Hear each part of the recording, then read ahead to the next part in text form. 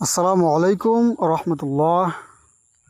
কুরবানির সঙ্গে আকিকা দেওয়া যাবে কি না, এই বিষয়টি আমরা অনেকেই হয়তো জানি না। তাদের জন্য আজকের ভিডিওটি, যারা আমরা এই বিষয়টি জানি না বা এই বিষয়ে আমরা অবগত না। সন্তান জন্মগ্রহণের পর শুকরিয়া স্বরূপ যে পশু জবাই করা হয় তাকে আকিকা বলে, আর আকিকা করা মুস্তাহাব।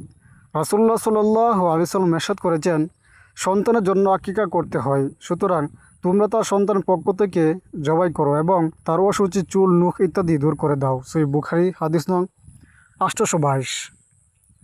রাসূলুল্লাহ সাল্লাল্লাহু আলাইহি ওয়াসাল্লাম আরও ইরশাদ করেছেন, যার সন্তান ভূমিষ্ঠ হয় সে যদি শিশুটির পক্ষ থেকে আকিকা করা পছন্দ করে তাহলে যেন তাই করে। সুনানে নাসাই হাদিস নং 166। অতএব রাসূলুল্লাহ আকরাম সাল্লাল্লাহু আলাইহি ওয়াসাল্লাম বলেছেন, যদি একটা শিশু ভূমিষ্ঠ হয় এবং সে শিশুর পিতামাতা বা অভিভাবক যদি আকিকা দেওয়া পছন্দ করে, সেজন্য তা করে দেয়, অতএব আকিকা দিয়ে দেয়।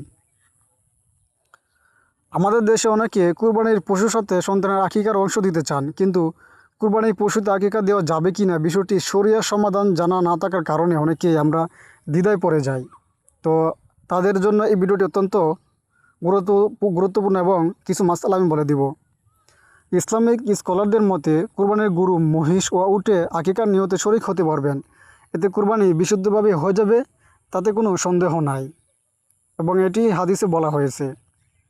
শৈশবে আকিকা করা না হলে বড় হওয়ার পরেও আকিকা করা যাবে এবং সে আকিকার গোশত সেই ছেলে হোক, মেয়ে হোক, যে সন্তানই হোক, সে সহ তার বাবা মাও কি খেতে পারবে, তাতে কোনো সমস্যা হবে না।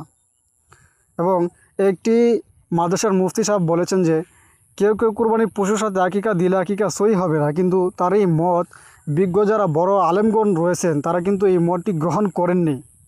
তাই কুরবানির পশু দিয়ে আকিকা কি হয়ে যাবে, তাতে কোনো সমস্যা হবে না। আল্লাহ তাআলা আমাদের প্রতিটি মুমিন ভাই বোনদেরকে বিষয়টি জানার জন্য এবং বোঝার জন্য তৌফিক দান করুন। এবং রাসূল আকরাম সাল্লাল্লাহু আলাইহি ওয়াসাল্লামের হাদিস অনুযায়ী কিন্তু কুরবানির পশুর সাথে আকিকা দিলে আকিকা হয়ে যাবে, তাতে কোনো সমস্যা নাই। এবং সেই আকিকার গোশত সেই সন্তান সহ তার পিতামাতা এবং তার পরিবার পরিজন সবাই খাইতে পারবে, তাতে কোনো সমস্যা হবে না। কুরবানিও হয়ে যাবে এবং আকিকাও হয়ে যাবে। আল্লাহ তাআলা আমাদেরকে বোঝার তৌফিক দান করুন।